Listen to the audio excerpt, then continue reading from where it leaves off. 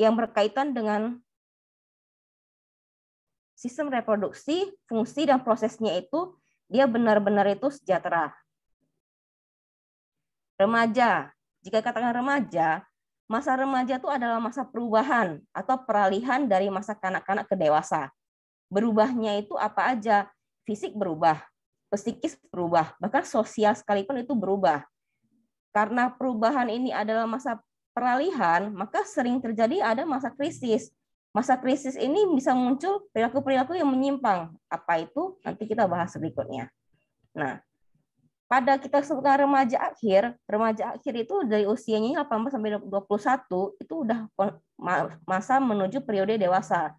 Jadi udah terjadi konsolidasi. Ada 5 hal yang akan rata-rata terjadi pada remaja akhir. Pertama, minat yang makin mantap terhadap fungsi intelektual. Artinya itu di sana tuh dia udah lebih berpikir itu udah lebih fokus apa yang dia mau. Egonya dalam mencari kesempatan bersatu dengan orang-orang lain dalam pengalaman-pengalaman baru.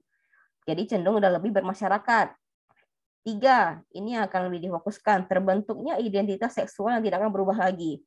Jadi ketika masa remaja akhir, jika sudah terbentuk keputusan atau identitas seksual dari seseorang, umum tidak berubah lagi, apapun bentuk identitasnya.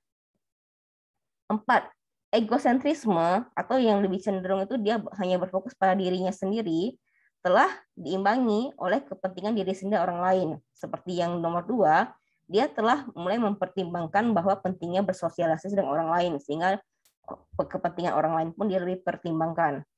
5, tumbuh dinding yang memisahkan diri pribadi dan masyarakat. Meskipun dia telah mulai bersosialisasi ke masyarakat, dia telah membedakan kapan waktunya diri sendiri dan kapan waktunya untuk masyarakat. Nah, kenapa pendidikan seksual itu penting? Apalagi di Indonesia ini bukan merupakan hal yang sering dikemukakan.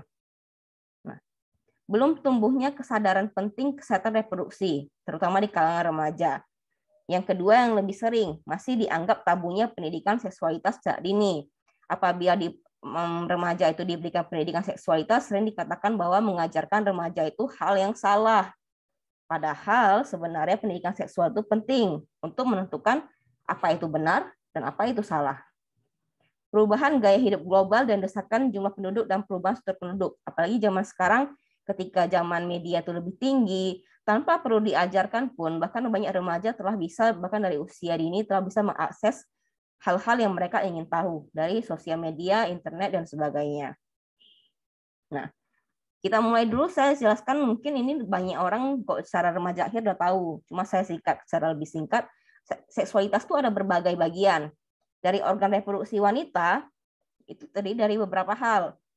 Yang sering orang dengar itu mungkin, bahasa awamnya saya sebut ovarium tuh orang bilang tuh kandung telur. Nah, uterus ini adalah rahim. Nah, vagina ini adalah kemaluan dari atau organ kelaminnya dari perempuan. Untuk laki-laki sendiri, yang sering disebut oleh orang kelamin laki-laki itu adalah penis. Kemudian skrotum atau testis yang sering orang tahu, dan juga prostat. Nah, bagaimana perkembangan psikoseksual dari seseorang, bahkan secara manusia ya, dari lahir pun sebenarnya sudah ada fase oral dari usia dia lahir sampai dengan 18 bulan. Pada saat ini tuh anak-anak tuh sangat suka oral tuh artinya mulut. Maka dia akan sering menghisap apapun itu, mau menghisap dor, menghisap jari, apapun itu. Itu adalah fase yang dia memberikan rasa nyaman. Fase anal dari 18 bulan sampai dengan 3 tahun. Anal itu daerah dari dubur. Maka umumnya itu daerah dubur pada usia 18 bulan sampai 3 tahun itu adalah titik di mana mereka itu sering menahan buang air besar dan sebagainya karena merasa di sanalah mereka merasa lebih nyaman. Jika fase falik usia 3 sampai 5 tahun itu adalah fase di mana itu seorang anak itu lebih dekat dengan lawan jenisnya. Jika anak perempuan lebih dekat dengan ayahnya, jika anak laki-laki lebih dekat dengan ibunya. Itu adalah fase perkembangan psikoseksualnya, yang mereka lebih dekat dengan lawan jenisnya. Pada fase laten, dari usia 5 tahun sampai pubertas, umumnya itu belum ada perkembangan yang signifikan, makanya namanya laten. Pada saat ini tuh tidak ada hal-hal yang bermakna hingga dia mencapai dengan pubertas. Pubertas itu ketika ada itu fase genital. Ketika mulai dari fase pubertas hingga dengan seseorang itu meninggal atau mati, maka kenyamanan dia dalam perkembangan psikoseksual itu ada di daerah organ kelamin yang tadi kita jelaskan di depan. Apakah itu dari bagian laki-laki itu bagian penisnya ataupun bagian perempuan itu vaginanya. Nah, pubertas itu tadi kita jelaskan bahwa suatu masa peralihan dari anak-anak ke dewasa. Jika peralihan itu artinya ada suatu perubahan. Perubahan apa aja yang kita ingin tahu? Nah, laki-laki mulai dari pubertas itu dia di usia 9-14 tahun. Selama mulai dari 9-14 tahun itu masih normal. Jadi jangan khawatir misalnya ketika teman udah puber. Nah, kemudian orang lain belum, gitu itu tidak masalah karena ada rentang usianya. Wanita juga ada 8-13 tahun. Dilihat dari rentang usia, wanita itu adalah lebih cepat pubernya dibandingkan laki-laki. Nah, perubahannya itu disebabkan oleh kerja hormon. Laki-laki itu lebih dominasi oleh hormon testosteron, jika perempuan itu didominasi oleh hormon estrogen dan progesteron.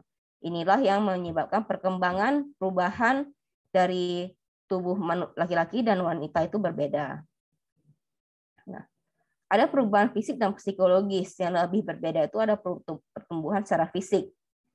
Kalau pertumbuhan secara fisik, perempuan apa aja yang akan berubah ketika dia pubertas? Pinggul jadi melebar, adanya pertumbuhan rahim dan vagina, kemudian tumbuh rambut di sekitar payudara dan ketiak. Kemaluan dan ketiak, mohon maaf, dan juga ada pembesaran dari payudara. Ini adalah pertumbuhan secara fisik yang terjadi. Akan tapi yang biasanya itu lebih khas disebut puber oleh pada perempuan itu apa? Ketika seorang perempuan itu mengalami namanya menstruasi. Nah, menstruasi ini sendiri sebenarnya itu adalah peluru. Dia kan keluar darah dan cairan dari vagina sendiri, dari kelamin dari wanita. Hanya saja jika diketahui sebenarnya itu menstruasi itu adalah peluruhan dinding dari rahim yang tadi saya jelaskan bahasa medisnya itu uterus. Secara fisiologisnya setiap siklusnya itu 28 hari, dinding rahim itu akan menebal. Ketika dia menebal, jika tidak dibuahi, dia akan meluruh. Itulah kita sebut dengan menstruasi. Pendidikan seksual pada wanita ini sering disalahpahamkan karena tidak diberikan secara dini, maka akan mitos-mitos yang tidak benar tentang menstruasi. Seperti misalnya jika menstruasi itu adalah suatu hal yang kotor, sedangkan itu tidak. Seperti saya jelaskan tadi, itu adalah fisiologis tubuh, dinding menebal, kemudian meluruh, biar terbentuk sesuatu yang normal. Kemudian tidak boleh olahraga, tidak boleh makan asam-asaman, tidak boleh cuci rambut pada saat menstruasi. Itu merupakan hal-hal mitos yang tidak benar secara keilmuan. Maka ini hanyalah bentuk dari pubertas dari suatu perempuan, maka tidak ada yang masalah dari hal itu. Nah, bagaimana dengan perubahan fisik dari laki-laki? Laki-laki itu perubahan fisiknya lebih banyak. Ada tumbuhnya jakun. Kemudian penis atau buah jakar tadi yang saya sebut dengan skrotum ya, bertambah besar. Ada terjadinya ereksi dan ejakulasi. Kemudian suara yang bertambah besar, walaupun agak lebih dalam. Dada yang lebih besar, badan berotot, ada tumbuh-tumbuh bulu, bisa kumis, bisa jambang, bisa rambut, daerah kemaluan, dan juga ketiak. Nah, yang sering terjadi jika tadi wanita perempuan itu lebih khas dengan menstruasi, maka laki-laki itu adalah mimpi basah.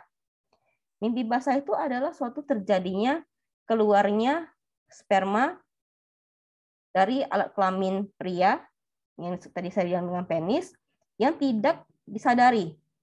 Nah, jadi secara tidak sadar itu akan terbentuk, dan jika keluar dengan sendirinya, dia sebuah mimpi basah.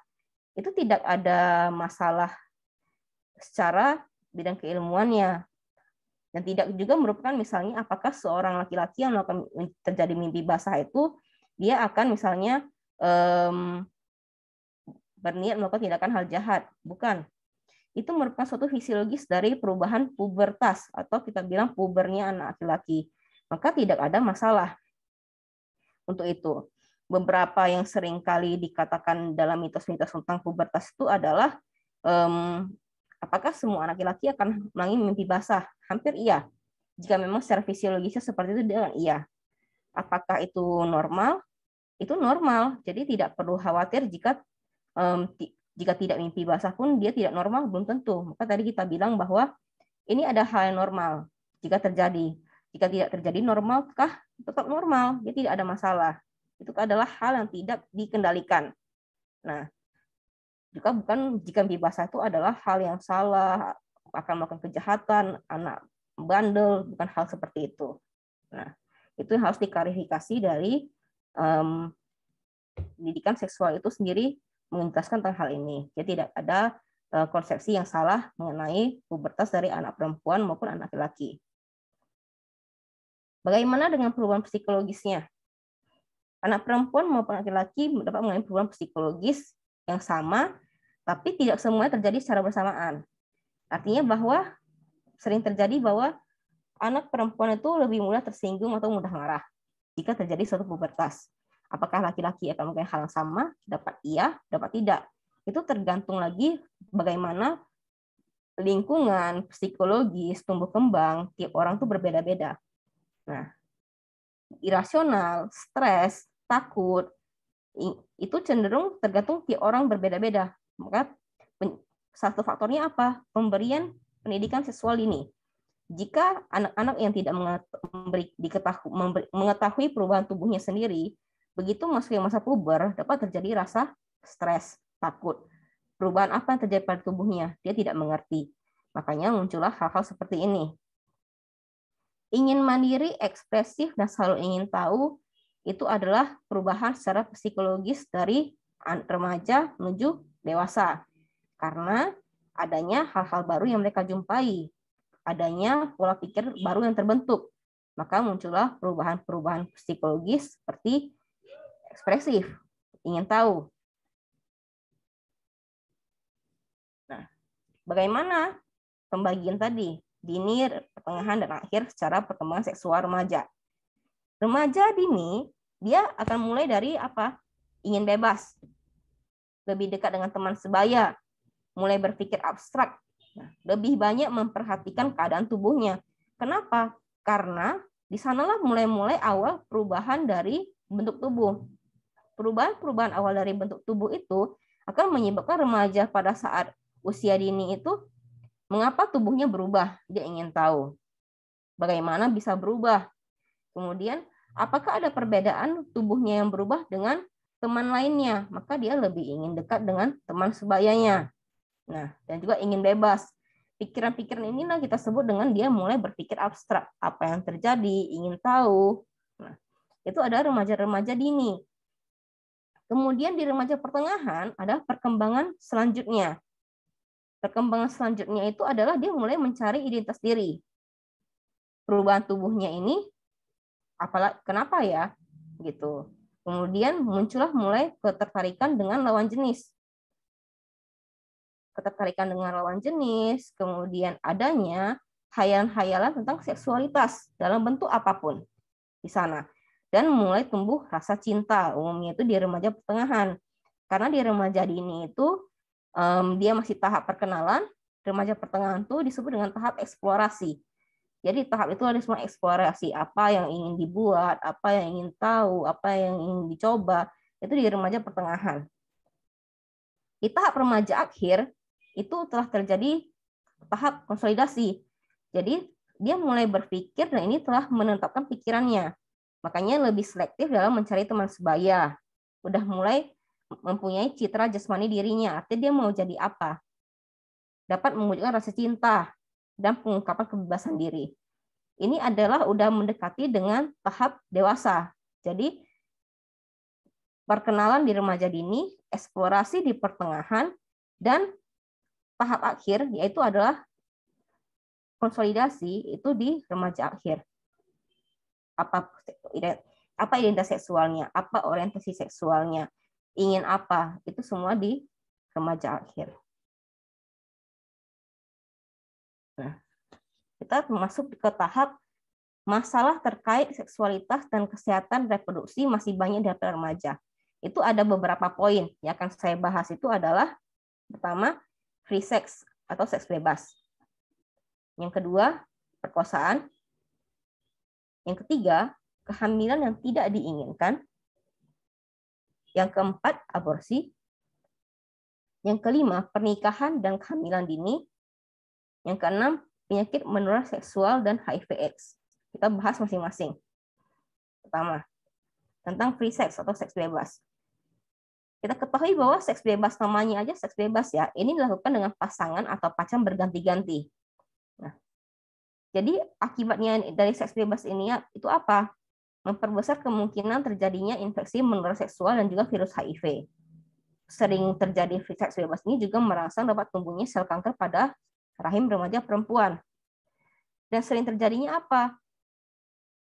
Remaja-remaja melakukan seks bebas ini itu juga sering dibarengi oleh penggunaan obat-obatan terlarang di kalangan remaja seperti narkoba, kemudian alat psikotropika, itu semua dibarengin oleh seks bebas ini. Akibat dari seks bebas ini harus ditekankan berulang kali. Ini saling berhubungan satu dan sama lainnya. Jadi masalah seksualitas dan kesehatan reproduksi itu satu dan lain berhubungan. Nah, nanti kita akan hubungkan lagi seks bebas dengan masalah-masalah lainnya. Perkosaan. Jika seks bebas itu adalah tingkatan yang secara volunteer atau keinginannya yang untuk berganti-ganti pasangan berkali-kali, perkosaan ini adalah biasanya itu lebih dalam bentuk paksaan. Dalam bentuk paksaan itu ada banyak dari modus-modus. Ingat bahwa tindakan seperti ini tidak hanya dialami oleh remaja perempuan, bisa juga dialami oleh remaja laki-laki. Maka perkosaan itu dia memandang dari perbedaan dari jenis kelamin. Yang umumnya rentan tuh lebih memang ke remaja perempuan, karena seringkali eksplorasi dari seksualitas remaja laki-laki dan remaja perempuan itu lebih tinggi di remaja laki-laki. Karena jika diketahui lebih lanjutnya, memang banyak masalah-masalah yang lebih terjadi pada remaja perempuan dibandingkan dengan remaja laki-laki, jika efek untuk lanjutannya. Nah, jadi remaja perempuan itu seringkali terus-terusan dibujuk oleh pasangannya untuk menunjukkan bukti cinta, meskipun dia tidak ingin, sehingga terpaksa untuk hingga sampai ke tahap perkosaan, atau tahap jika lebih ada paksaan, maka seks bebas. Nah, efeknya apa? Terjadinya kehamilan yang tidak diinginkan. Pasangan-pasangan yang mengajak pasangan remaja laki-laki atau remaja perempuan yang melakukan seks bebas ini seringkali didukung oleh beberapa mitos, seperti misalnya, jika ingin menunjukkan cinta terhadap pasangan, maka harus berhubungan seksual. Atau jika berhubungan seksual hanya satu kali, tidak akan pernah menyebabkan kehamilan. Hal-hal seperti ini yang harus diklarifikasi dan tidak benar akan kebenarannya. Mau berapa kali pun seorang pasangan melakukan hubungan seksual, itu akan tetap memiliki resiko terjadinya kehamilan. Bahkan jika pertama kali. Dan jika tidak ingin untuk mengalami hal-hal seperti ini, maka jangan melakukan hubungan seksual dengan pasangan itu hanya karena dibilang itulah yang hanya dapat sebagai bukti dari suatu kasih sayang ataupun cinta. Efeknya itu banyak. Bahkan ketika saya kasih gambar-gambar ini, ketika seorang anak masih dengan bermain, maka anak yang mengalami kehamilan tidak diinginkan, baik akibat dari seks bebas ataupun perkosaan, dia telah harus merawat dari bayi. Efek dari kehamilan tidak diinginkan itu apa? Bisa terjadi aborsi karena beberapa hal yang baik siap maupun tidak siap. Aborsi itu apa? Keluarnya embrio atau janin dari dalam kandungan sebelum waktunya. Jika proses kehamilan itu dibiarkan sampai dengan waktunya, yang umumnya sekitar 9 bulan, maka akan lahir secara baik. Apabila keluar sebelum waktunya, maka disebut dengan suatu proses aborsi. Nah, aborsi pada remaja itu umumnya terkait dari KTD tadi, kehamilan yang tidak diinginkan. Oleh karena tidak diinginkan, maka banyak remaja-remaja yang beralih ke tindakan aborsi. Aborsi sendiri ini ada tergolong dalam dua. Apakah itu provokatus, atau kita disengaja, secara sengaja remaja ini melakukan tindakan aborsi, atau aborsi spontan, secara tidak sengaja terjadi proses aborsi. Bagaimana bisa terjadi hal itu? Karena remaja-remaja perempuan yang masih dalam tahap konsolidasi ataupun masih eksplorasi, itu adalah masih belum siap dengan suatu proses untuk kehamilan. Belum siap dengan suatu proses kehamilan, akan menjadi suatu kehamilan yang tidak diinginkan. Karena kehamilan tidak diinginkan, akan jadi tertekan secara psikologis. Tertekannya secara psikologis ini akan menyebabkan keseimbangan tubuh atau kemampuan tubuh itu tidak optimal. Maka janin yang akan dalam tubuh itu tidak akan tumbuh dengan sehat. Itulah hal-hal yang dapat menyebabkan aborsi spontan itu terjadi. Nah, jika tidak terjadinya satu aborsi, maka apalagi prosesnya? Akan terjadi suatu pernikahan dan juga kehamilan dini. Nah, pernikahan dini ini sendiri sering terjadi di pedesaan. Oleh karena umumnya itu di daerah pedesaan itu masih ada dominasi orang tua yang kuat tentang menentukan dari pernikahan anak perempuannya. Nah, alasannya tadi apa? Pergaulan bebas. Yang tadi terjadi adalah free sex. Sehingga terjadi suatu hamil yang di luar nikah, hamil yang tidak diinginkan, ataupun alasan-alasan ekonomi lainnya. Nah, remaja sendiri itu yang jika terjadi suatu pernikahan dini, baik fisiknya maupun biologisnya, itu belum cukup matang untuk menjadi suatu orang tua atau memiliki anak. Sehingga perawatannya atau masalah secara baik maupun dari kesehatannya, sosialnya bisa belum cukup sempurna ataupun cukup matang, sehingga terjadilah kematian anak dan ibu yang tinggi pada saat melahirkan. Perempuan yang jika menjalani kehamilan pada saat usia 20 tahun juga cenderung mengalami kurang gizi dan anemia. Kenapa? Karena belum matangnya baik tahap baik fisik, kemudian biologis maupun ekonomi, akan menyebabkan banyak tekanan terjadi pada ibu yang sedang hamil pada saat remaja. Maka konsumsi makanannya kurang, perawatan kesehatannya kurang, itulah yang terjadi menyebabkan banyak kelainan-kelainan kesehatan terjadi, baik kekurangan gizi kah, anemia kah, dan juga pada akhirnya dapat menyebabkan angka kematian anak dan ibu yang tinggi. Jika faktor remaja laki-laki apa? Remaja laki-laki dia langsung terjadi menjadi suatu kepala rumah tangga yang dia harus dipaksa menjadi dewasa secara dini. Salah satu yang sering menyebabkan kadang-kadang prosesnya itu adalah tindakan kejahatan untuk mencari uang secara cepat. Hal-hal seperti inilah yang tidak disarankan untuk terjadinya suatu pernikahan secara dini. Berikutnya adalah masalah apa lagi? IMS, infeksi menular seksual, atau ada juga disebut dengan PMS, penyakit menular seksual, dan juga HIV/AIDS. Infeksi menular seksual ini disebut juga sebagai penyakit kelamin. Kenapa disebut seperti itu? Karena ditularkan melalui hubungan seksual. Hubungan seksual itu bebas, mau dari mana? Bisa dari vagina, mulut, ataupun dubur. Yang jelas itu adalah ini terjadi dia tertularkan melalui tindakan seksual. Ini resikonya terjadi pada apa? Pada orang-orang dengan pasangan yang berganti-ganti. Makanya segala masalah seksualitas dan kesehatan reproduksi itu dia berhubungan satu sama lain. Mulai dari seks bebas, perkosaan, kehamilan dini, kemudian kehamilan tidak diinginkan, abortus atau aborsi, itu semua itu berhubungan satu sama lain. Nah, dampak akibat dari infeksi menular seksual ini apa? Bisa ada gangguan organ reproduksi, ataupun misalnya ada kelainan di bagian kelaminnya, terjadinya keguguran, bisa kemandulan, kemudian kanker leher rahim atau disebut dengan kanker serviks. Bisa juga terjadi cacat pada bayi hingga dengan kematian. Jadi infeksi menular seksual ini bukan hanya masalah di sekitar anggota kelamin, dan juga HIV/AIDS. Itu bisa hingga menyebabkan seorang manusia itu terjadi sakit hingga dengan meninggal. Nah, di luar dari masalah kesehatan reproduksi ini ada masalah apa? Yang kita bahas tadi disebut dengan perilaku menyimpang. Ada penyimpangan perilaku seksual remaja yang beresiko. Apa aja? Pertama, homoseksual. Homoseksual itu adalah mengacu pada kelainan interaksi seksual dan romantis antara pribadi yang berjenis kelamin sama.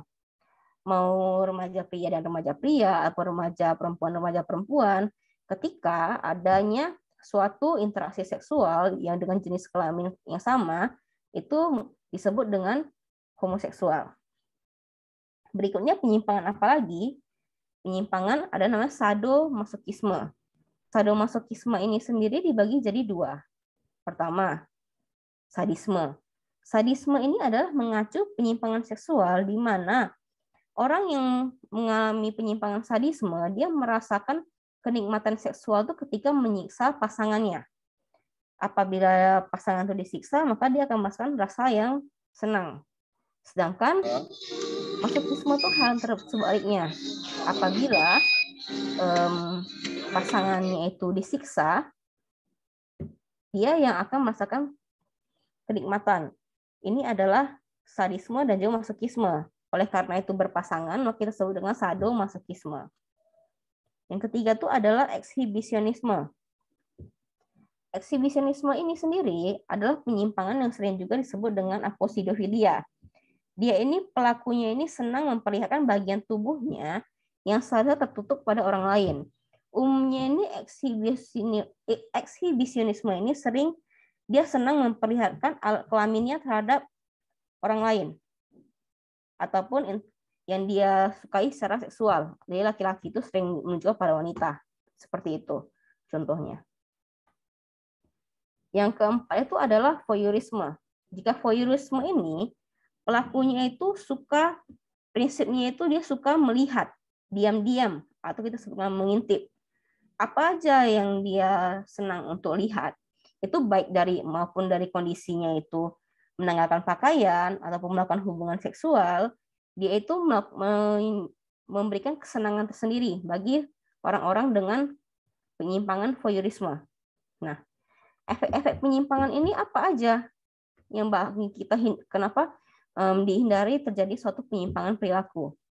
Karena dapat terjadi remaja yang memiliki perilaku seks yang menyimpang itu umumnya itu gagal dalam pendidikan, memiliki resiko yang sangat besar untuk gagal dalam pendidikan sekolah karena memiliki fokus yang berbeda. Kemudian remaja-remaja yang memiliki penyimpangan dari perilaku seksual ini beresiko mendapatkan sorotan tajam, cemoohan, bahkan sanksi yang lebih keras dari masyarakat. Oleh karena bukanlah suatu hal yang lazim dalam perilaku seksual pada umumnya. Yang ketiga, dia memiliki resiko dan mengalami kehamilan. Dan keempat, memiliki resiko tinggi infeksi penyakit menular seksual. Hal ini masih sama dengan tindakan masalah seksual dan kesehatan reproduksi pada umumnya. Tapi untuk penyimpangan seksual itu yang lebih pada umumnya itu lebih di poin nomor 2. Kemudian kita lihat bahwa apa aja upaya-upaya untuk menangani masalah kesehatan reproduksi remaja. Pertama, gizi seimbang. Gizi seimbang dalam artian apa? Bahwa tadi kita lihat bahwa kehamilan dini yang terjadi pada remaja itu sering disertai dengan masalah gizi, baik dari karena faktor fisikis, biologis maupun ekonomi. Maka diusahakan semua ibu hamil, baik dia pemberian remaja ataupun dari dini, itu dengan pemberian gizi seimbang. Kemudian informasi tentang kesehatan reproduksi. Apabila remaja ataupun dari awal mendapatkan informasi tentang kesehatan reproduksi, dia akan mengetahui bahwa masalah-masalah yang mungkin terjadi itu apa dan juga bagaimana menghindarinya. Seperti misalnya jika kita telah mengetahui bahwa suatu jalan itu berlubang, maka kita akan tahu bagaimana menghindari lubang tersebut. Itulah gunanya ketika kita memberikan suatu informasi tentang kesehatan reproduksi, maka diharapkan bahwa remaja-remaja yang mendengarkan tentang informasi ini telah mengetahui masalah yang mungkin terjadi dan bagaimana menghindari masalah itu. Bagaimana diberikan pencegahan kekerasan, termasuk seksual, untuk menghindari masalah seksual seperti perkosaan. Pencegahan terhadap ketergantungan nafja. Nafja itu narkotika dan zat psikoaktif ya, yang untuk sering berhubungan dengan kejadian seks bebas. Pernikahan pada usia wajar untuk menghindari segala masalah baik fisik, biologis maupun ekonomi. Lalu pendidikan dan peningkatan keterampilan. Bagaimana menghargai diri sendiri, peningkatan penghargaan diri, dan juga peningkatan pertahanan terhadap godaan dan ancaman. Karena tahap dari eksplorasi seksual itu sendiri sering menyebabkan remaja itu melakukan tindakan dari seks bebas, kemudian terjadinya hal-hal yang tidak diinginkan. Nah, take home message dari kuliah hari ini adalah kita ketahui masa remaja itu ditandai dengan perubahan fisik baik primer maupun sekunder, sehingga diperlukan penyesuaian untuk dapat menerima perubahan-perubahan yang terjadi. Kematangan seksual dan terjadinya perubahan bentuk tubuh itu sangat berpengaruh terhadap kehidupan kejiwaan remaja itu sendiri. Kita ketahui bahwa apabila terdapat keterbatasan akses dan informasi yang kurang mengenai seksualitas itu dan kesehatan reproduksi, maka akan muncul dampak-dampak negatif dalam kehidupan remaja itu sendiri. Sebaliknya, apabila dibekali dengan pengetahuan secara komprehensif, maka diharapkan remaja dapat lebih bertanggung jawab dalam berbuat dan mengambil keputusan berhubungan dengan kesehatan reproduksinya. Hal ini itu diperlukan peran keluarga, sekolah, dan lingkungan maupun dinas terkait agar dapat tercipta generasi remaja yang berkualitas. Itu teknis untuk kuliah hari ini. Terima kasih.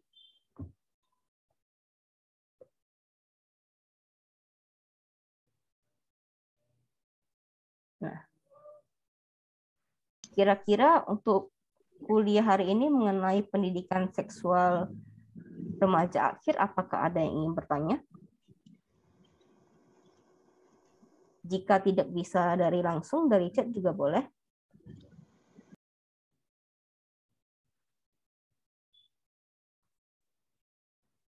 Saya tunggu sekitar 5 menit ya, mana tahu ada yang ingin bertanya.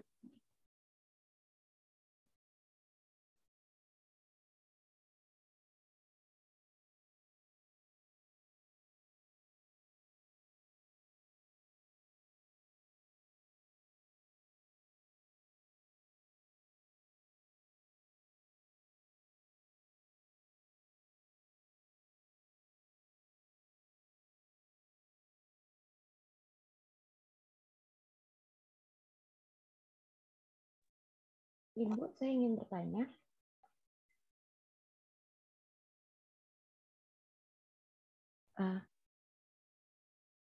Halo?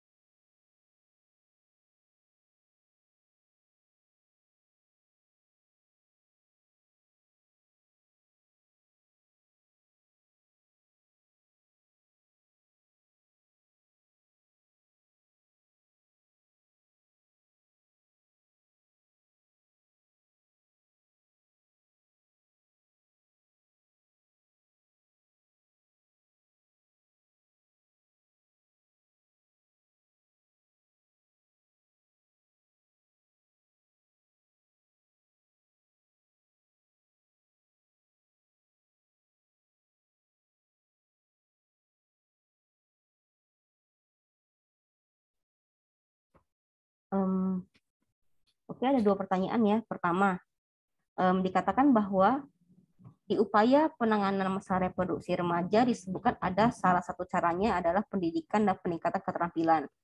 Jika boleh tahu keterampilan itu apa? Terima kasih sebelumnya. Jadi kita ketahui bahwa pada dasarnya bahwa pada anak remaja-remaja yang tadi kita katakan mengalami pernikahan dini, itu ada masalah fisik, biologis, dan juga ekonomi. Maksudnya itu apa? Bahwa remaja-remaja tersebut tuh belum cukup siap untuk menjadi suatu orang tua dalam faktor mengurus anaknya, kemudian memiliki pekerjaan yang belum secara ekonomi, belum mungkin pasangannya remaja laki-laki sendiri pun dapat bertanggung jawab akan hal itu. Maka dikatakan apabila kita dapat memberikan peningkatan pendidikan dan peningkatan keterampilan dalam bentuk apa? Jadi dalam bentuk itu bahwa ada suatu organisasi-organisasi masyarakat itu umumnya itu dapat membantu bahwa pemberian kerajinan keterampilan berupa pengerjaan kerajinan tangan di beberapa organisasi masyarakat. Jadi pemberian kemampuan pengerjaan kerajinan tangan, kemudian keterampilan seperti membuat ayaman, kemudian membentuk aksesoris. Nah, keterampilan-keterampilan seperti itu diharapkan itu dapat menyebabkan remaja-remaja yang terpaksa menjadi suatu pernikahan dini ataupun menjadi ibu secara dini, dia dapat tetap melakukan membantu rumah tangganya ini dalam bentuk dari seksi dari ekonomi untuk dalam bentuk suatu kerajinan tangan untuk dilakukan di rumah dan juga kita disebut untuk dijual secara sekarang ini online juga bisa seperti itu. Jadi keterampilan-keterampilan kecil-kecil hal seperti ini dapat membantu suatu remaja yang terpaksa mengalami pernikahan dini untuk tidak tertekan secara langsung dari aspek fisik, biologis maupun dari ekonomi. Itu adalah upaya-upaya untuk membantu dari membantu aspek tersebut. Nah, kemudian pertanyaan kedua,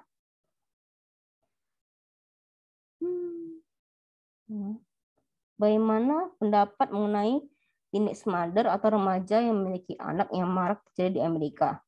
Bagaimana juga pendapat mengenai catcalling yang sering terjadi pada remaja perempuan? Nah, kalau di Amerika sendiri, ada beberapa mereka yang mengalami marak menjadi teenage mother itu, dia ada beberapa faktor. Pertama, budaya dari remaja budaya dari luar negeri itu sendiri yang sering berbeda dengan Indonesia adalah tingkat pergaulan yang tinggi. Oleh sebab itu, tingginya di sana itu mereka sangat tinggi tingkat tindakan dari free sex-nya itu sendiri. Nah, oleh sebab itu sebenarnya dari sexual education di luar negeri itu juga lebih tinggi dibandingkan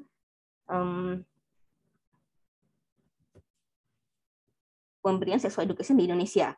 Bahkan dari tindakan dari pemberian sexual education di luar negeri itu dia telah sehingga mencapai tahap penggunaan kontrasepsi yang baik apa, bagaimana yang baik, dan mereka juga banyak organisasi yang mendorong dari single mother.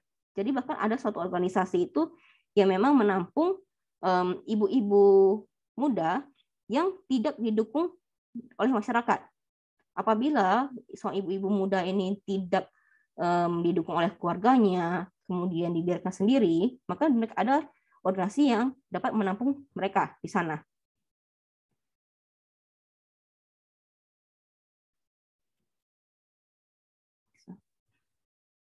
Kemudian bagaimana tentang catcalling? Catcalling ini sendiri, jika kita bahasakan ya, mungkin antara apakah semua udah tahu, misalnya jika ada lihat remaja perempuan yang hanya berjalan, itu dapat digoda oleh remaja laki-laki, ataupun bukan harus remaja laki-laki, itu sering disebut dengan catcalling. Nah, apakah itu ada suatu masalah kesehatan reproduksi ataupun seksual? Jika dalam kategorinya itu tidak. Nah, kenapa? Itu lebih ke masalah bagaimana dalam perkembangan dari tahap identitas seksual itu sendiri. Bahwa umumnya itu dilakukan oleh orang, jika dilakukan oleh remaja laki-laki, itu dilakukan remaja laki-laki umumnya di tahap dari remaja pertengahan. Ataupun pada saat remaja pertengahan, ketika seorang laki-laki itu tahap eksplorasi, dia melakukan catcalling terhadap remaja perempuan, akan tetapi dibenarkan atau dinormalkan oleh lingkungannya, maka perilaku ini akan berlanjut hingga dengan dewasa. Maka tidak hanya remaja pertengahan yang melakukan catcalling, bahkan sampai remaja dewasa pun ada yang melakukan catcalling. Itu faktor dari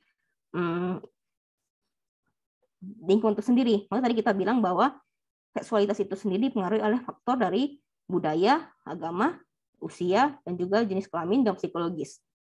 Jadi mungkin itu normalnya terjadi pada tahap eksplorasi remaja pertengahan.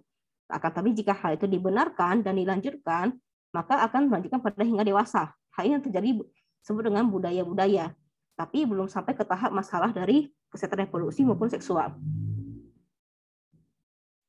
Lalu pertanyaan berikutnya, apakah perilaku penyimpangan seksual menyukai sama jenis merupakan pengaruh lingkungan? Lalu bagaimana jika seorang tumbuh di lingkungan yang normal, tapi tetap memiliki ketertarikan sama jenis?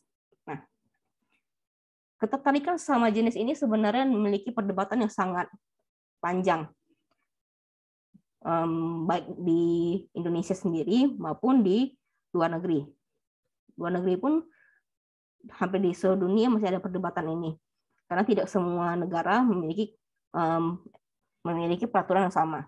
Nah, secara keilmuan dan bidang psikologinya, ketertarikan dari sama jenis itu merupakan satu penyimpangan perilaku seksual. Apakah itu dipengaruhi oleh lingkungan? Kita ketahui bahwa seksualitas itu tadi dipengaruhi oleh baik dia dari usia, kemudian jenis kelamin, budaya, agama, maupun psikologis. Berarti ada banyak faktor yang mempengaruhinya. Apakah pasti oleh lingkungan? Tidak hal yang pasti. Seseorang yang tumbuh di lingkungan yang normal, apakah bisa terjadi suatu penyimpangan perilaku seksual, misalnya menyukai sama jenis, dapat terjadi. Nah, mengapa hal itu terjadi? Karena segala hal yang berhubungan dengan sosial ataupun perilaku tubuh itu memang banyak faktor.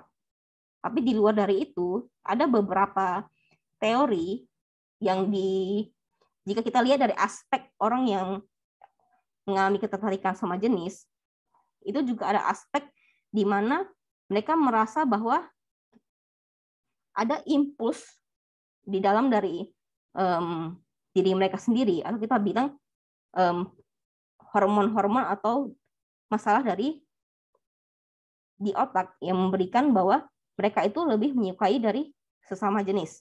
Itulah yang terjadi pada kita bilang LGBT, maupun dari dia kesukaan tertarik sama jenis, transgender, biseksual, itu semua adalah banyak faktornya.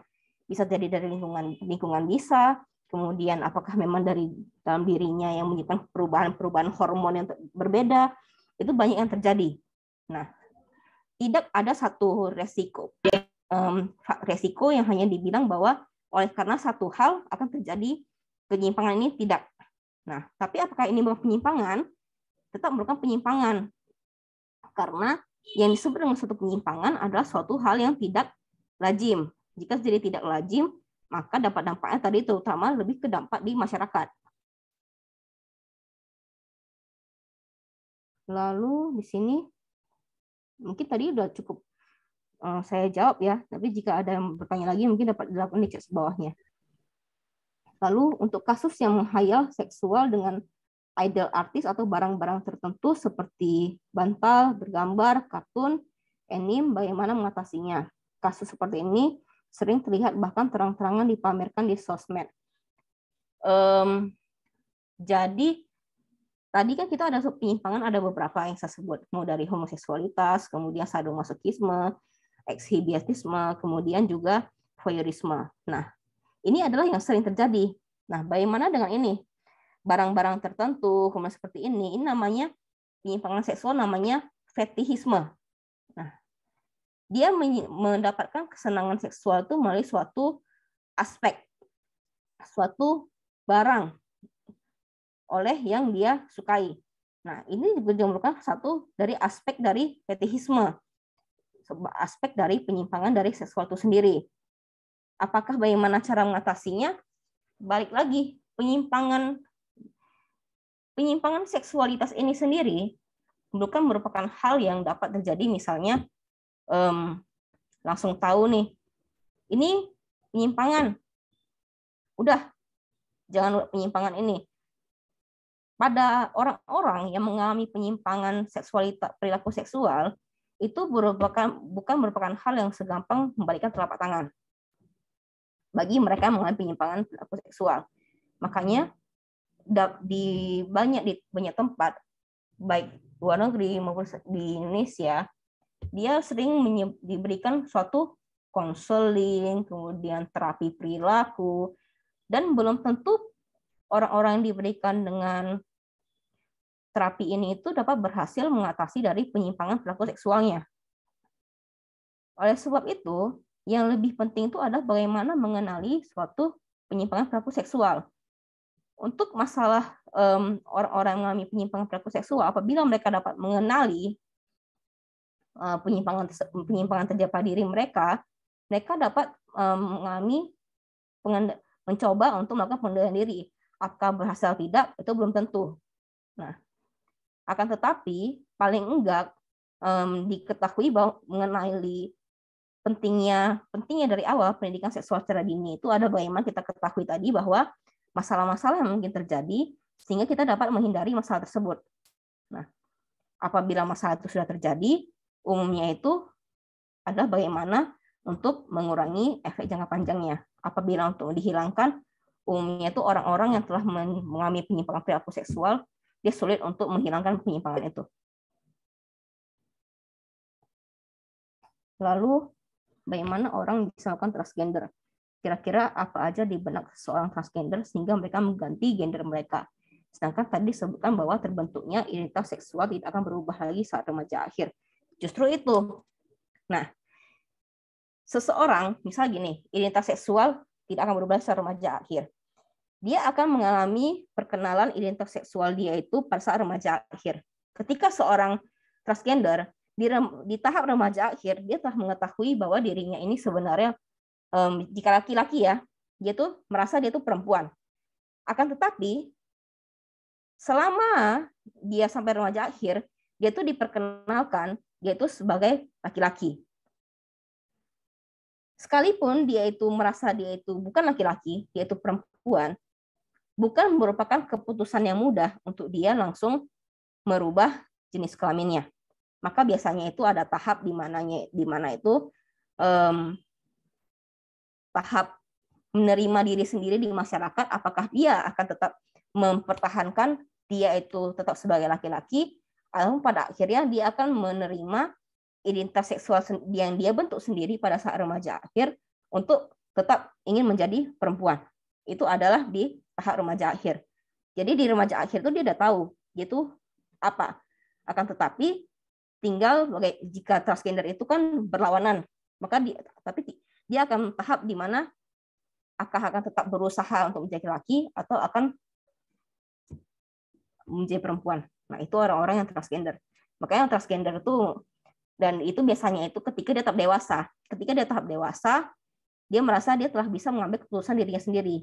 Jadi tidak peduli dengan apapun kata lingkungannya, dia ingin merubah dirinya sendiri sesuai dengan identitas seksualnya. Apabila masih di tahap belum dewasa, dia kan masih ada pengaruh dari lingkungan keluarga dan sebagainya, sehingga tidak semudah itu mengikuti dari keinginan identitas seksualnya. Kemudian pertanyaan berikutnya, yang kita ketahui saat ini banyak remaja menghindari daripada KTD itu melakukan banyak anal seks atau oral seks. Apakah resiko melakukan kedua hal tersebut hampir sama atau bahkan lebih tinggi daripada seks pada umumnya?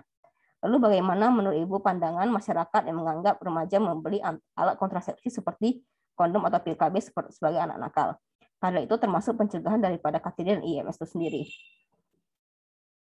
Nah, kemudian kita jadi orang sama ya Mas ya. Bagaimana pendidikan seksualitas di Indonesia? Berapa umur yang baik agar anak-anak dan remaja mengawali pendidikan seksualitasnya?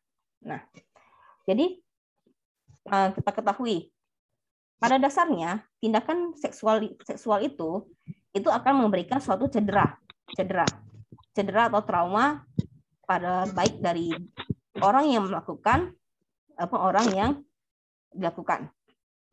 Nah, baik dia anal seks maupun oral seks itu tetap ada namanya trauma.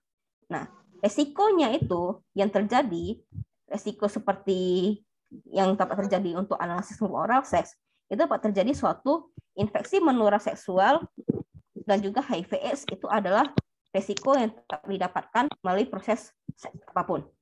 Karena itu ada ditularkan melalui cairan dan juga darah yang terjadi pada saat tindakan seksual itu sendiri. Jadi mungkin dia dapat menghindari proses dari yang tidak diinginkan, pernikahan dini. Akan tetapi infeksi menular seksual ataupun HIV/AIDS itu tidak dapat dicegah oleh tindakan anal seks maupun oral seks. Bahkan itu dapat terjadi lebih tinggi. Kenapa? Karena orang-orang menganggap bahwa tindakan anal seks maupun oral seks itu dia itu lebih aman dilakukan, tidak ada resikonya, sehingga frekuensi tindakannya itu lebih tinggi. Frekuensi tindakan yang lebih tinggi akan menyebabkan terjadinya infeksi itu lebih tinggi. Karena lebih aman, katanya berganti-ganti pasangan tidak masalah, sering dilakukan tidak masalah, maka akan menyebabkan resiko untuk HIV/AIDS maupun infeksi menular seksual yang lebih tinggi pada tindakan tersebut. Lalu masyarakat menganggap alat kontrasepsi seperti kondom atau pil KB sebagai anak nakal. Baik lagi, apabila di luar negeri mereka itu fokusnya itu adalah ke alat kontrasepsi pendidikan seksualnya. Kenapa? Karena budaya mereka secara umum bahkan secara menyeluruh itu budayanya pergaulan bebas, lebih ke seks bebas bukan merupakan hal yang dianggap aneh. Akan tetapi di Indonesia dengan budaya kita bilang masih ke timuran, budaya seks bebas itu bukan merupakan budaya yang lazim di Indonesia. Nah, jadi apabila di seorang remaja yang membeli kondom atau pil KB dianggap sebagai anak nakal, itu adalah suatu yang kita sebutkan oleh budaya yang terbentuk di Indonesia. Nah, karena di Indonesia belum lazim seorang yang di luar pernikahan melakukan hubungan seksual.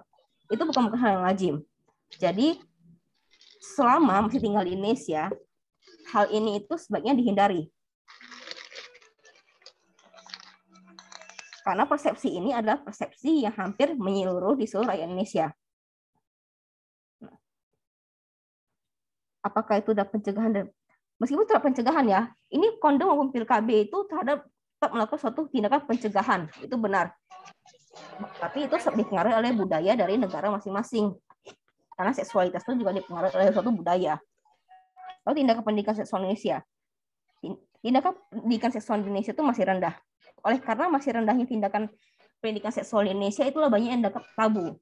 Apabila remaja diberikan pendidikan seksual, langsung dianggap bahwa akan mengajarkan remaja ini berbuat hal yang salah. Mengajarkan remaja itu untuk melakukan hubungan seksual. Itu adalah persepsi-persepsi yang masih terjadi di Indonesia. Bahkan membicarakan tentang pendidikan seksual itu sendiri aja, itu dianggap hampir melakukan bukan hal yang lazim. Apabila membicarakan tentang pendidikan seksual, maka secara langsung dianggap, ini mengajarkan melakukan hubungan seksual, mengajarkan hal yang tidak baik. Itu adalah masih pikiran-pikiran yang masih umumnya terjadi di Indonesia. Nah, sebenarnya baiknya itu pendidikan seksual itu diberikan mulai dari dia itu remaja usia pertengahan. Jadi start di 15 tahun. Karena itu tahap eksplorasi. Di tahap eksplorasi ini yang sering terjadi itu sering hal yang salah. Kayak budaya tadi. Dia ingin tahu, apabila di dini dia masih mengenai tubuh dia sendiri berubahnya apa aja. Ketika dia eksplorasi, dia ingin mencoba. Nah, percobaan-percobaan di tahap eksplorasi inilah yang sering menyebabkan itu perilaku-perilaku yang ataupun masalah-masalah kesehatan reproduksi terjadi. Nah, itu di tahap pertengahan dan baru masuk di akhir dan dewasa. Maka tingkat kehamilan dini pada pernikahan dan kehamilan dini di Indonesia itu masih tinggi. Lalu, apakah kita sebagai orang tua mengizinkan anak kita sendiri untuk memilih gendernya sendiri? Kan di Amerika hal ini sangat lazim. Nah, tadi karena seksual itu sangat dipengaruhi oleh budaya, seringkali budaya yang budaya yang bermasalah di Indonesia itu. Indonesia merupakan suatu negara 3 besar dengan jumlah penduduknya di dunia. Akan tetapi prinsip dari budaya di Indonesia itu sendiri adalah budaya yang lebih memang bersifat dari ketimuran. Maka jika pengizinan untuk pemilihan gender itu adalah hal yang bisa dilakukan di Amerika, akan tapi untuk di Indonesia sendiri itu belum dapat dilakukan karena manusia itu ada makhluk sosial, kita butuh berinteraksi dengan orang lain. Apabila seseorang yang mengalami penyimpangan perilaku seksual, dia itu cenderung mendapat tekanan dari masyarakat itu lebih tinggi dibandingkan orang-orang yang tidak mengalami penyimpangan perilaku seksual. Maka tekanan dari masyarakat lebih tinggi, kemudian untuk fungsi untuk mencari pekerjaannya, untuk sehari-harinya itu akan lebih sulit dibandingkan dengan orang-orang yang tidak mengalami penyimpangan perilaku seksual. Kembali lagi bahwa meskipun di Amerika ini hal yang sangat lazim, untuk di Indonesia sendiri itu sulit, apalagi sebagai orang tua. Karena oleh sebab itu orang tua itu sendiri belum dapat mengambil keputusan yang sangat baik mengenai hal ini. Dia mempertimbangkan bahwa masa depan anaknya itu akan sangat sulit apabila ini dibiarkan. Akan tetapi dari anaknya itu sendiri, apabila dia mendinai ataupun menolak identitas seksualnya, dia akan hidup dengan rasa yang sangat tidak nyaman. Nah, jadi masalah penyimpangan perilaku seksual ini memang bukan merupakan masalah yang seperti hitam dan putih, seperti itu. Dia akan banyak hal yang harus dipertimbangkan dan banyak masalah yang terjadi mengenai penyimpangan perilaku seksual.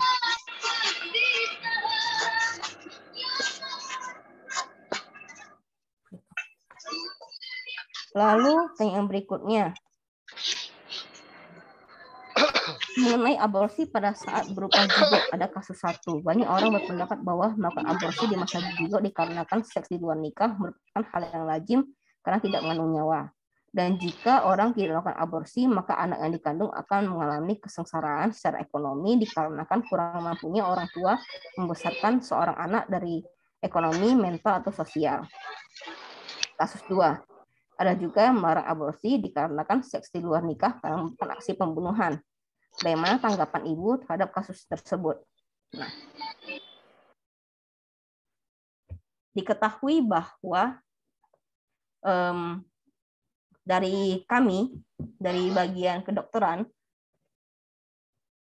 tindakan aborsi itu, etikanya itu adalah hanya boleh dilakukan apabila ada pertimbangan dari resiko yang perlu dilakukan tindakan aborsi ini. Apabila resiko itu tidak terpenuhi, maka tindakan aborsi ini secara etika itu tidak boleh dilakukan. Nah, faktor apa? Bahwa bahkan dalam bidang hukumnya sendiri itu tak tergolong dari tindakan suatu penghilangan suatu nyawa. Nah, kasus pertama dikarenakan ekonomi dan sebagainya, itu adalah faktor di mana itu bahwa tindakan aborsi sendiri ini dari zaman bahkan berpuluh-puluh tahun yang lalu terjadi perdebatan yang hebat antara boleh atau tidaknya. Dari faktor jika lahir itu ada masalah di anaknya, jika tidak dilahirkan maka menghilangkan suatu nyawa dari seseorang. Jika di debat panjang ini panjang, hanya saja baik lagi take home message-nya itu adalah kenali kesalahan agar tidak terjadi. Jadi sebenarnya hindarkanlah suatu kejadian dari kehamilan tidak diinginkan. Karena kehamilan tidak diinginkan inilah yang dapat menyebabkan suatu tindakan dari aborsi. Apabila mendebatkan antara bolehnya dilakukan tindakan aborsi atau tidak, sampai saat ini tidak disarankan dilakukan tindakannya aborsi pada kasus kehamilan yang tidak diinginkan, kecuali kehamilannya sendiri ini dapat menjadi suatu ancaman nyawa.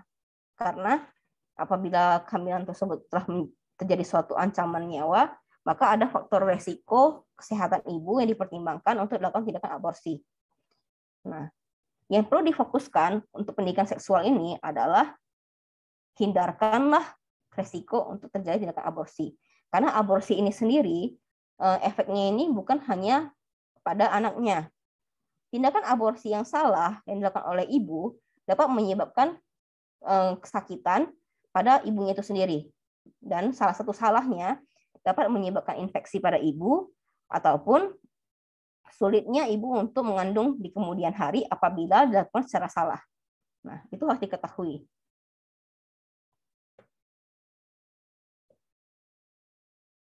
Lalu, saya pernah baca bahwa ejakulasi dini itu bisa melepas stres. Apakah itu benar? Nah, ini. Salah satu tindakan tahap eksplorasi remaja terhadap seksualitas, terutama pria, selain mimpi basah itu ada namanya masturbasi. Mimpi basah itu adalah keluarnya sperma itu tanpa terkendali. Apabila masturbasi itu secara sengaja, anak remaja pria itu melakukan tindakan untuk menyebabkan keluarnya sperma dari alat kelaminnya. Nah, jadi apakah itu bisa melepaskan stres? Tepatnya remaja-remaja pria yang melakukan masturbasi itu karena dia merasakan ada suatu kenikmatan seksual ketika dia melakukan masturbasi. Jadi tindakan melepas stres itu adalah tindakan yang dimana seseorang itu dapat melakukan kesenangan pada hidupnya. Misalnya ada orang yang senang makan coklat, ya ketika dia stres dia makan coklat. Nah, apabila dia merasakan rasa yang sangat senang ketika melakukan tindakan masturbasi, maka pasti pernah orang yang menulis jika ejakulasi dini itu bisa melepas stres. Nah, tapi bukan dalam artian bahwa jika ingin tidak stres maka harus ejakulasi dini. Nah, bukan seperti itu secara definisinya. Melepas stres itu dapat dilakukan oleh berbagai macam hal, apapun itu yang menyebabkan kesenangan terhadap seseorang. Oke. Sampai sekarang tidak ada pertanyaan lagi. Saya tunggu 5 menit lagi ya. Jika tidak ada pertanyaan, nanti saya tutup. Dr. Winnie, selamat siang. Enggak kedengaran. Halo? Ini saya di dosen pengampu mata kuliah ini. Terima kasih ya dok telah berkenan untuk mengisi kuliah hari ini gitu ya. Jadi kan tadi saya juga baru tahu tuh ternyata anak-anak seantusias itu gitu ya, memiliki pertanyaan yang ini kan yang luar biasa yang mungkin selama ini mau nanya ya bingung gitu ya. Akhirnya tadi bisa disalurkan dan dijawab dokter dengan baik. Terima kasih ya dok atas waktu yang diberikan kepada kami. Ya, nggak masalah. Memang topik pendidikan seksual itu sering sulit untuk dibahas oleh orang-orang. Karena pertanyaannya ini sangat random. Jadi ini ya untuk berbagai juga baru ternyata oke. Silakan kalau ada pertanyaan lagi ya nanti sebelum Dr. Winnie memberikan closing statement pertemuan hari ini. Ini ada dok. Oke, ada pertanyaan lagi ya. Pada saat pelecehan seksual terjadi pada seorang, mengapa cenderung terjadi di masyarakat negara ini malah menyalahkan korban? Bisa karena pakaian korban, perilaku korban. Nah, sebenarnya itu sudah terjadi dari sangat lama sekali. Akan tetapi di zaman ketika sekarang sosial media semakin aktif, maka banyak orang yang udah mulai mengatakan atau mulai speak up bahwa mengapa korban disalahkan. Itu udah mulai banyak orang-orang yang mempertanyakan hal ini. Hanya saja, oleh karena budaya ini telah terbentuk dari sangat lama sampai sekarang, maka saya bilang tadi, masalah kesehatan reproduksi dan juga masalah seksualitas ini sering terjadi ke remaja perempuan dibandingkan dengan remaja laki-laki.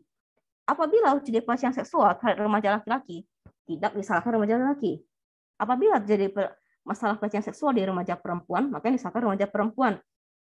Nah, hal inilah yang sering pelan-pelan, yang sering sekarang ini banyak orang yang mulai mengatakan bahwa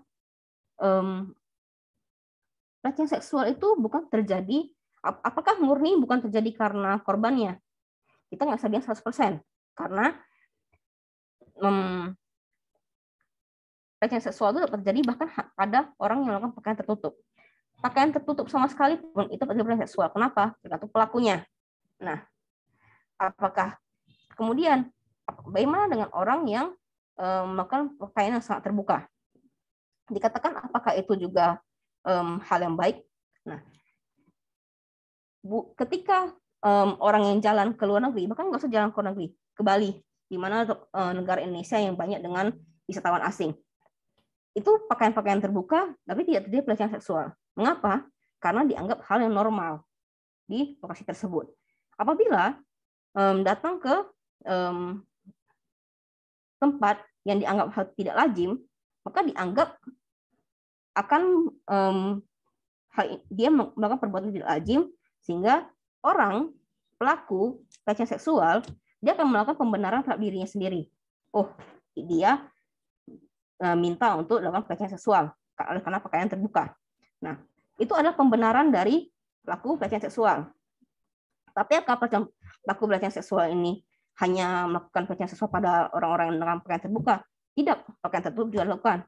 Nah, makanya itu sekarang ini banyak orang yang sudah mulai speak up bahwa pelecehan seksual itu bukan merupakan salah dari korban, akan tetapi harus pertimbangkan dari pelaku. Nah, dan juga budaya yang lazim di sekitar. Nah, hal seperti inilah kita katakan bahwa sangat sulit untuk mengubah suatu perilaku dari budaya seseorang. Akan tapi pelan-pelan diharapkan setelah ke depannya pikiran masyarakat itu sudah mulai terbuka. Contohnya aja, dulu itu pendidikan seksual itu sama sekali tidak ada diajarkan di mata kuliah. Tapi makin ke depannya itu udah mulai ada yang membahas tentang pendidikan seksual. Nah, diharapkan juga pola pikiran masyarakat yang menganggap bahwa segala pelecehan seksual adalah suatu kesalahan dari korban, maka diharapkan sudah ke depannya seiring dengan seringnya diberikan penjelasan, seringnya diberikan pemahaman, dapat dipahamkan bahwa kejadian dari pelecehan seksual itu bukan semata-mata hanya salah dari korban. Lalu, apakah mengkonsumsi konten 17 tahun ke atas seperti contohnya pornografi pada umur yang tidak seharusnya, selain menyebabkan terganggunya pikiran dan mental, apakah juga berhubungan dengan perilaku penyimpangan seksual? Karena yang kita tahu banyak remaja pertengahan di Indonesia mengakses situs-situs pornografi secara ilegal. Nah, itu tadi sering terjadi masalah itu ada ketika remaja usia pertengahan, tahap eksplorasi. Nah, oleh sebab itu sebenarnya pendidikan seksual itu penting dimulai pada saat seusia seperti itu. Karena mereka itu tahap dari eksplorasi, ingin tahu, banyak ingin tahunya, banyak ingin cobanya, bagaimana cara mencari tahunya. Sampai saat ini pendidikan seksual itu masih tabu di Indonesia. Makanya dia tidak pernah bertanya kepada, hampir rata-rata tidak pernah bertanya pada orang tuanya, akan mencari tahu sendiri. Makanya jadi terajarilah akses dari konten pornografi dilakukan oleh remaja pertengahan. Yang selanjutnya menyebabkan hal yang mereka tahu itu mereka terapkan sendiri, membentuk konsolidasi di remaja akhir dan selanjutnya perdewasa.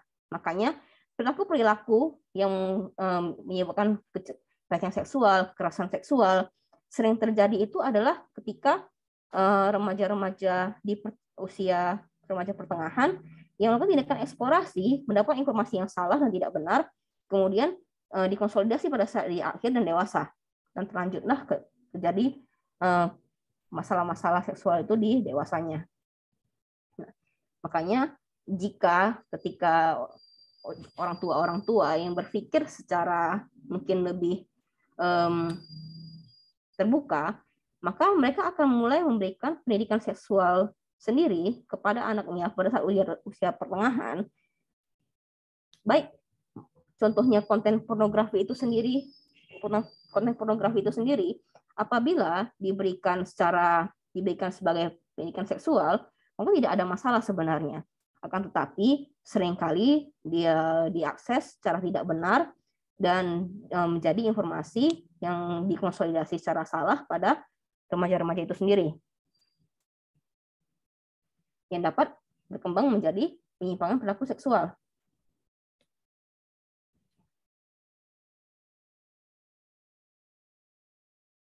Itu adalah pertanyaan terakhir. Saya tunggu lagi ya, kan waktunya sampai jam 12 ya. Kita 10 menit lagi. Mantap, masih ada. Atau penanya lagi lah ya, sebelum nanti closing statement dari Dr. Winnie terkait pertemuan hari ini. Ada?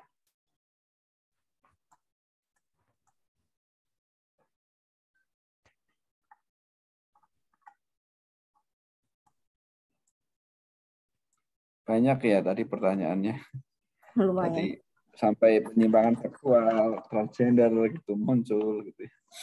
Aborsi, tentang etika beli kontrasepsi gitu dan seterusnya. Ini ada satu lagi.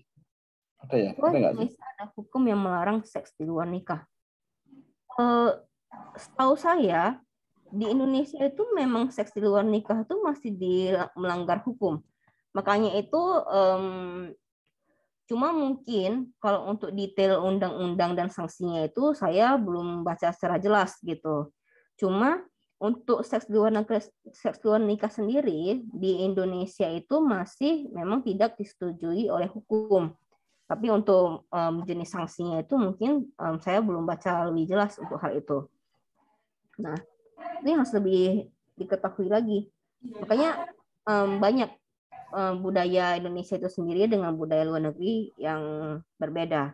Makanya kita boleh melihat, tapi tidak bisa menyamakan bagaimana budaya di luar negeri dan budaya di Indonesia itu sendiri. Itulah pentingnya sexual education. Jadi tahu masalah yang mungkin terjadi atau apa.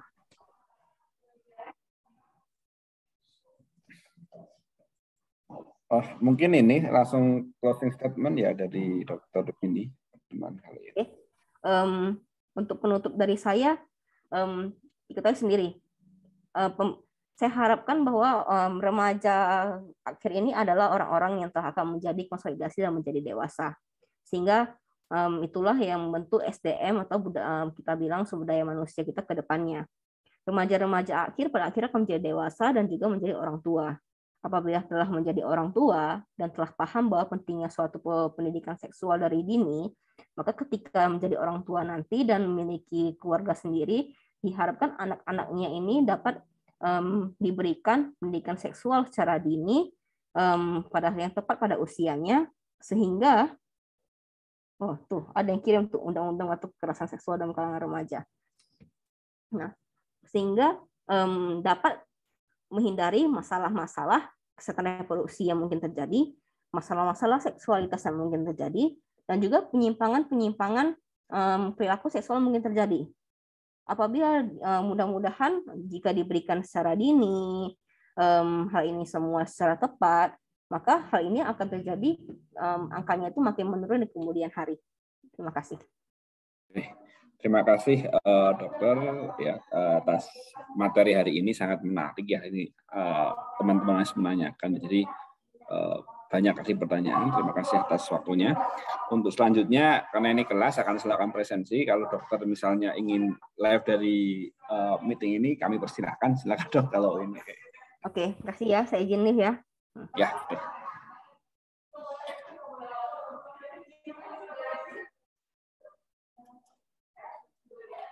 Oh ya,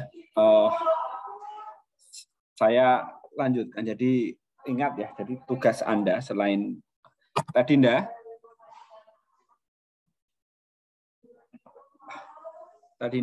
link Zoom-nya di ini. Baik Pak, ini live Pak ya? Di recordnya di ini. Oh di stop.